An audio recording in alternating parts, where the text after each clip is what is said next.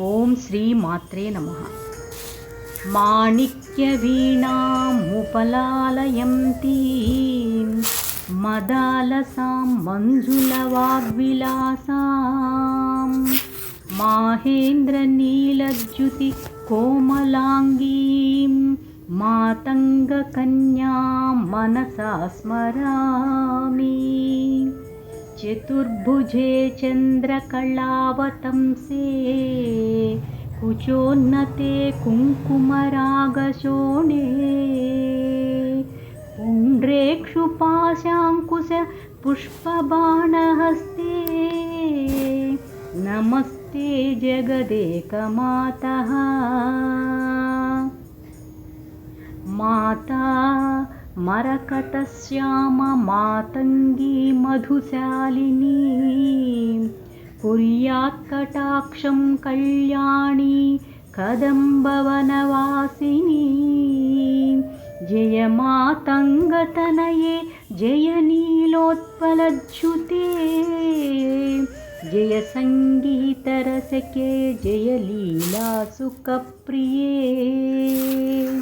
శ్రీ స్వయం సర్వతీర్థాత్మికే సర్వమంత్రాత్మికే సర్వతంత్రాత్మికే సర్వముద్రాత్మికే సర్వశక్త్యాత్మికే సర్వవర్ణాత్మికే సర్వరూపే జగన్మాతృకే. పాహి మాం పాహి మాం పాహి మాం పాహి మాం పాహి. అందరికీ శ్యామలా నవరాత్రుల శుభాకాంక్షలండి. మాఘశుద్ధ పాడ్యమి నుంచి మాఘశుద్ధ నవమి వరకు శ్యామలారాత్రులు జరుగుతాయండి. శ్యామల సరస్వతి రూపం అండి, జ్ఞానస్వరూపం. ఈమెని మంత్రిని అంటారండి. అమ్మవారికి శ్యామలాదేవి మంత్రి, వారాహిమాత సేనాధిపతి అండి. శ్యామల ఉపాసన అనేది దశ మహావిద్యల్లో ఒకటండి. ఈ తల్లిని మాతంగి, రాజమాతంగి, మాతంగముని కుమార్తె అవటం మూలాన రాజా మాతంగి అని పిలుస్తారండి. రాజశ్యామల అని కూడా పిలుస్తారు. దశ మహావిద్యల్లో ప్రధానంగా శ్రీ విద్యను ఉపాదిస్తే తర్వాత అంత ప్రసిద్ధగా చెప్పుకునేది మాతాంగి శ్యామల ఉపాసన అండి.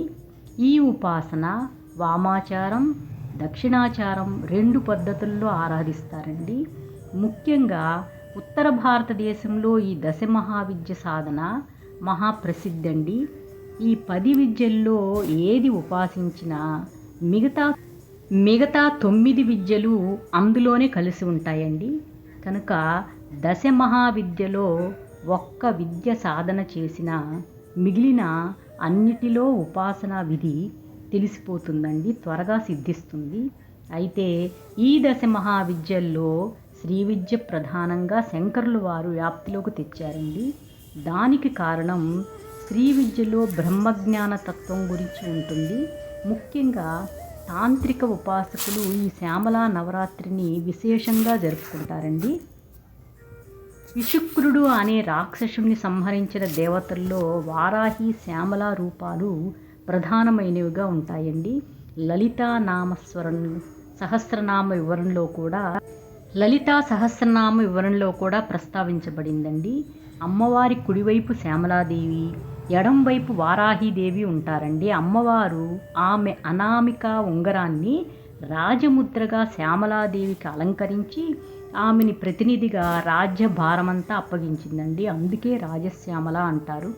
శ్యామలాదేవిని ఉపాసించిన వారికి విద్యలో రాణిస్తారండి. కోల్పోయిన పదవులు, కొత్త పదవులు, ఉద్యోగాలు పొందుతారు. త్వరగా మంత్రసిద్ధి పొందటానికి, ఏదైనా చెడు ప్రయోగాల నుండి రక్షించటానికి ఈ తల్లి ఉపాసన ప్రసిద్ధిగా చేస్తారండి. ప్రధానంగా ప్రసంగం మరియు నాడా కంపించే ప్రతిధ్వని, మాతంగి తన చెవులను మరియు వినే సామర్థ్యాన్ని కూడా నియంత్రిస్తాయండి. మాతంగి రుద్రవీణ మ్రోగిస్తూ ప్రదర్శించబడుతుంది. ఆటలు మరియు రాగాల యొక్క స్పష్టమైన రూపంగా ఆమెని సూచిస్తుందండి. సరస్వతి యొక్క తాంత్రిక రూపం శ్యామల అభివృద్ధికి, ఎందులోనైనా విజయప్రాప్తికి ఈమెని ఉపాసిస్తారండి. సంగీతంలో ఈమెను ఆరాధిస్తే త్వరగా అనుగ్రహ సిద్ధిస్తుంది. గురుముఖంగా దీక్షను పొందితే వారికి త్వరగా సిద్ధిస్తుందండి. శ్యామలా దండకం, శ్యామలా స్తుతి చాలా ప్రసిద్ధమైనవన్నీ. వీటిలో మంత్ర, యంత్ర, తంత్ర సంకేతాలు, శ్యామలా విద్య రహస్యము కనిపిస్తుందండి. పిల్లలకి ఖచ్చితంగా ఈ శ్యామలా దండకాన్ని నేర్పిస్తే ఎంతో మంచిదండి. ఈ 9 రోజులు కూడా శ్యామలాదేవిని శ్యామలా స్తుతితో, దండకంతో ఆరాధించుకుందామండి. అమ్మవారి పూజని చాలా నిష్టగా, చాలా పద్ధతిగా చేసుకుందామండి. నియమాలు తప్పకుండా జాగ్రత్తగా చేసుకుందామండి. ప్రత్యేకమైన నియమాలంటూ ఏమీ లేవండి. అమ్మవారికి నిత్య దీపారాధన ఉదయం సాయంత్రం చేయాలి. చక్కగా పూలు అలంకరించాలండి అమ్మవారికి. అమ్మవారికి ఆకుపచ్చ రంగు అంటే ఇష్టమండి. అందుకని ఆకుపచ్చ రంగులో ఉండే పండ్లను, ఆకుపచ్చ చీరలను, ఆకుపచ్చ రంగును ప్రధానంగా అమ్మవారికి సమర్పిస్తే చాలా మంచిదండి.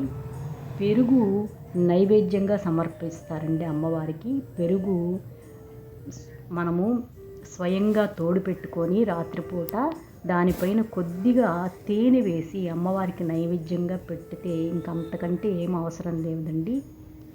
ఏమీ చదవలేని వాళ్ళు, ఏ దండకము రాని వాళ్ళు శ్రీమాత్రే నమః, శ్రీమాత్రే నమః అని కనీసం 11 సార్లైన అమ్మవారిని జపించి అమ్మవారికి మనస్ఫూర్తిగా నమస్కరిస్తే మీరు అనుకున్న కోరికలన్నీ నెరవేరుతాయండి. శ్రీమాత్రే నమః. రేవతి దళవాయింది.